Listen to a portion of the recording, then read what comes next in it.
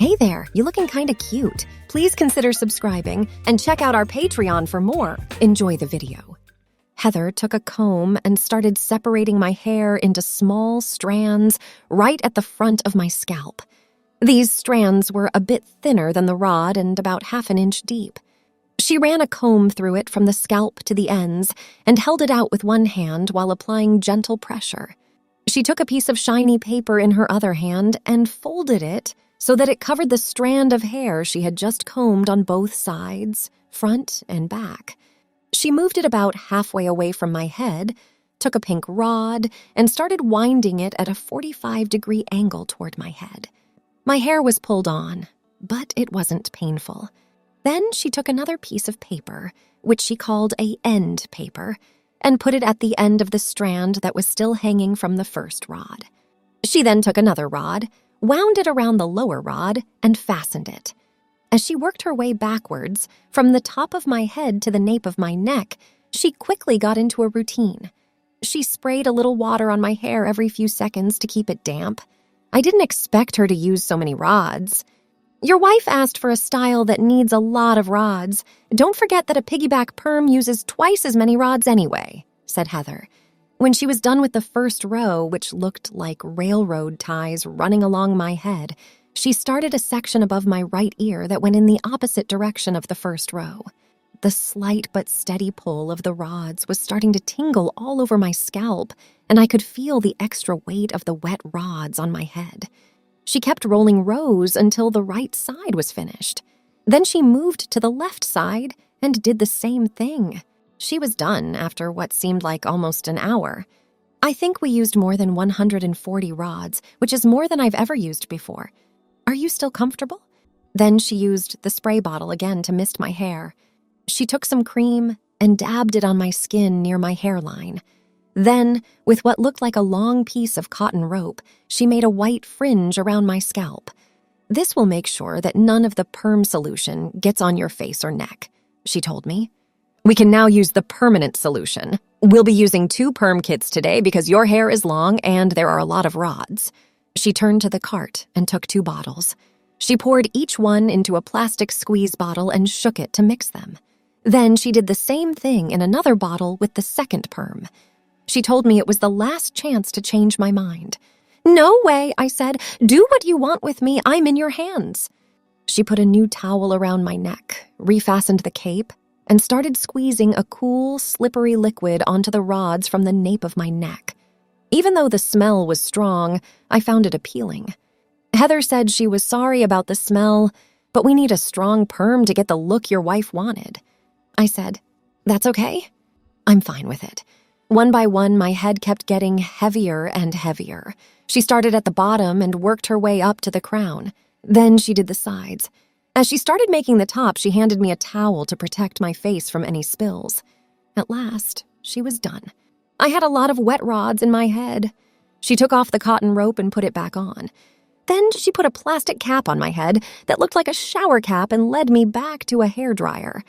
She put the hood over my head, turned it on, and told me, it will take at least 20 minutes to do your curl.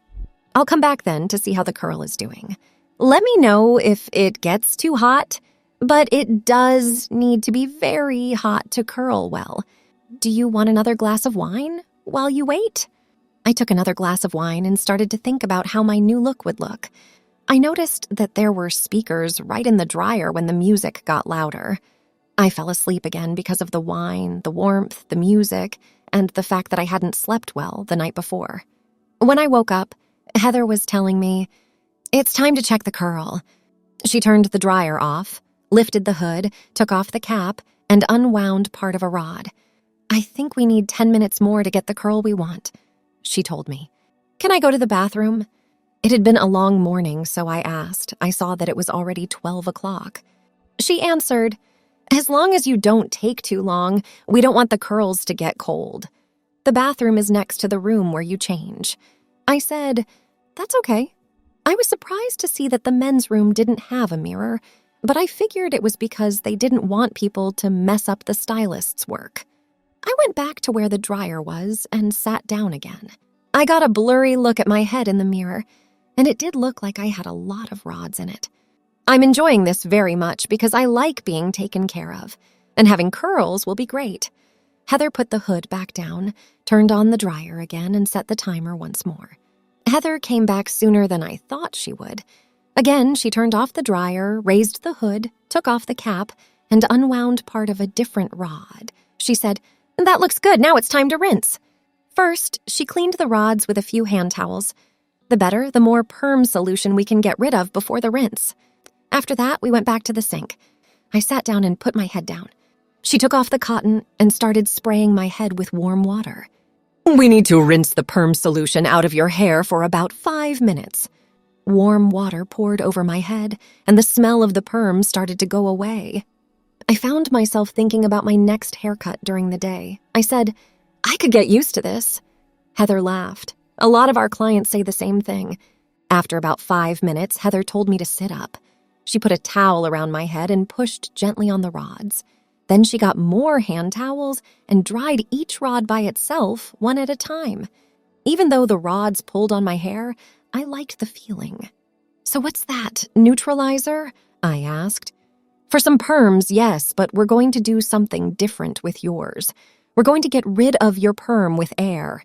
It is a way to curl your hair that is better for your hair and makes better curls." "What does that mean?" I asked. "The same as it sounds.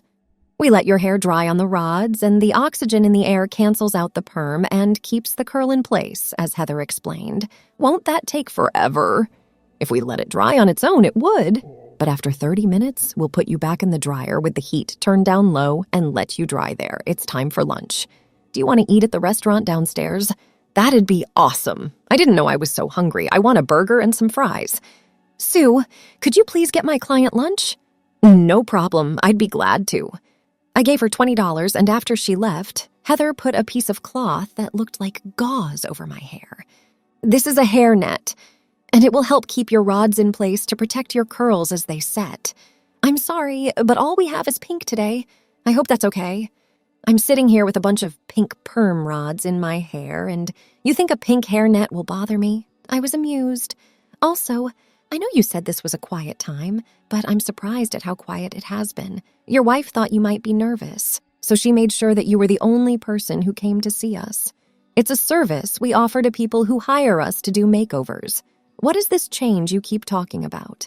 It's a special service that your wife asked for when she got your perm. Some of it has already happened, and there will be more while your perm is air neutralizing. And my wife made it happen." "She did." "Yes. She wanted your first perm to be something you would remember for the rest of your life. We do about 20 makeovers a month, and everyone hears about us from someone else. In fact, it's lucky for you that we were able to take you on your birthday. I guess that means it's all right. Sue is here with my lunch. Wow, that happened quick. Thanks, Sue. Please don't change it back." Heather gave me back my glasses and told me I could wear them again as long as I was careful not to move the rods. In the changing room, there is a table where you can eat lunch if you want to. I stood up and went to the room on foot. I looked hard at my head as I walked by the mirror, but the net made it hard to see much. Before you have to go back under the dryer, you have about 20 minutes to eat. Do you want to drink something with your meal? We only have more of the same wine you've already had. I suppose that would be fine. It is an excellent wine. I finished my lunch, drank the rest of my wine, and then went back to the dryer. Sue helped me get into the chair and then turned on the dryer. Heather is on her way back. In the meantime, it's time for the next step in the renovation. While your hair is drying, I'm going to give you a manicure. I'm not here to get my nails done. In fact, you are, because it's part of the makeover that your wife asked for. Maybe I was getting into the spirit of the day, or maybe I had had a bit too much wine, or maybe I didn't want to disappoint my wife, but I agreed.